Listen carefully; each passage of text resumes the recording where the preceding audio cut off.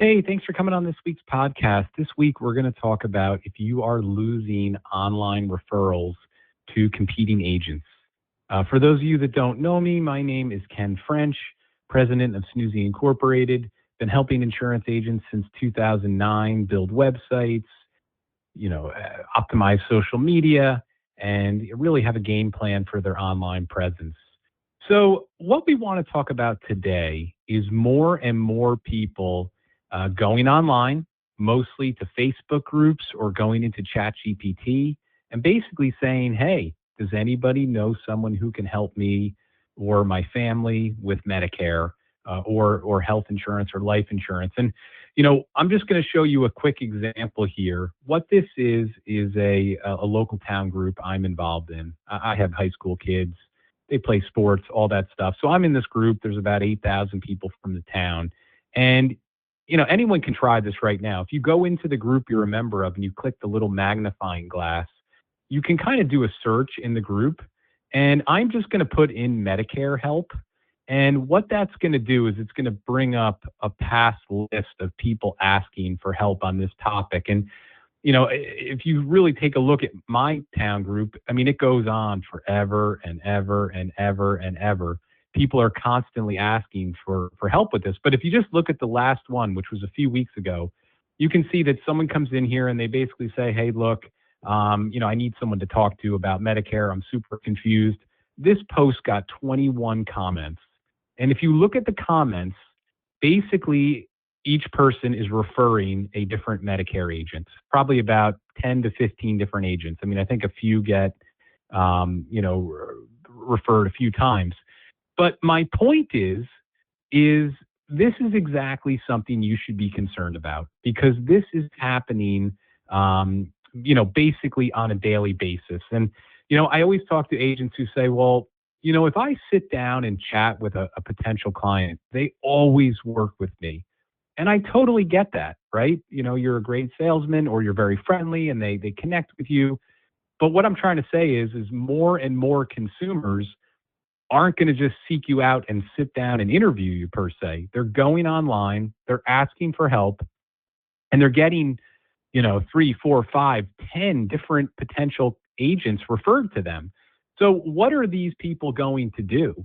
Well, these people are going to do diligence. They're going to go online and they're going to Google all of the agents that have been referred to them. And I think this is where a lot of independent agents fall short. They don't have a Google business listing. Their website is not designed to sell them, right? It's maybe more of a billboard or an educational tool. So again, put yourself in the shoes of someone going on and Googling you. You want to make sure you have this thing called a Google business listing. And this is one for one of my clients. And you can see that if you put in her name, the Google business listing comes up. You can see that she's got 69 five-star reviews. Obviously, you can go to her website. You can learn more about her. But to me, that's the starting point. And it doesn't matter if you sell insurance. It doesn't matter if you're a law firm or an accountant or you own a steak restaurant. All of these businesses now have these Google business listings, and they're working diligently to get as many reviews as possible. These reviews are credibility, and they are beyond important. So that's usually where I start with my clients to say, you got to have a Google business listing. You've got to work on getting reviews. Then on your website, and here's an example of one we've helped people with, you really should have a good overview about who you are, why they should work with you, and what their expectations and your process is going to be. And this one specific client has a little video that kind of walks through her model.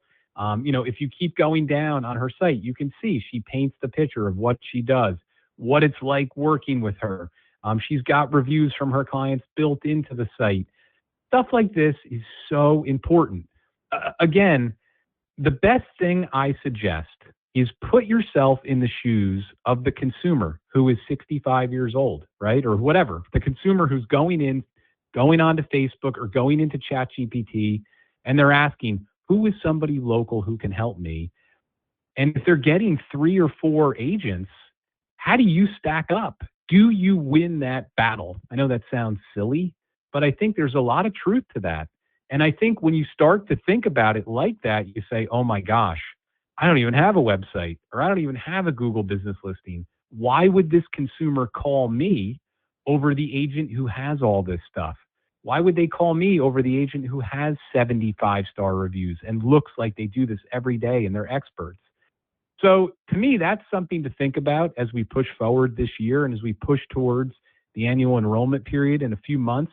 Do you have the pieces in place to get these easy referrals that might be slipping through your fingers because people never call you because they're just not comfortable? You haven't presented yourself professionally enough online for them to feel good that you're going to be the person who can help them. So if you're somebody who needs help with their website or social media, or you need help with that Google business listing, I do suggest checking out snoozy.com. You can learn more about how we help you, what our services are. But again, put yourself in the shoes of that consumer. Things are changing. Yes, in the old days, they might have just gotten your business card and called you. Those days are over. You need to kind of prove yourself to people that you are going to be the perfect fit for them. And it's so important to brand yourself. And again, I don't think it matters if you owned a restaurant or you were a lawyer or an accountant. Those people are doing the same thing. Even if you owned a roofing company, same thing. The same thing is happening on all these things to them. So you have to get up to speed and have to be in position. So hopefully this helped. Appreciate you coming on this week's podcast. We'll talk to everyone soon. Have a great day. Bye-bye.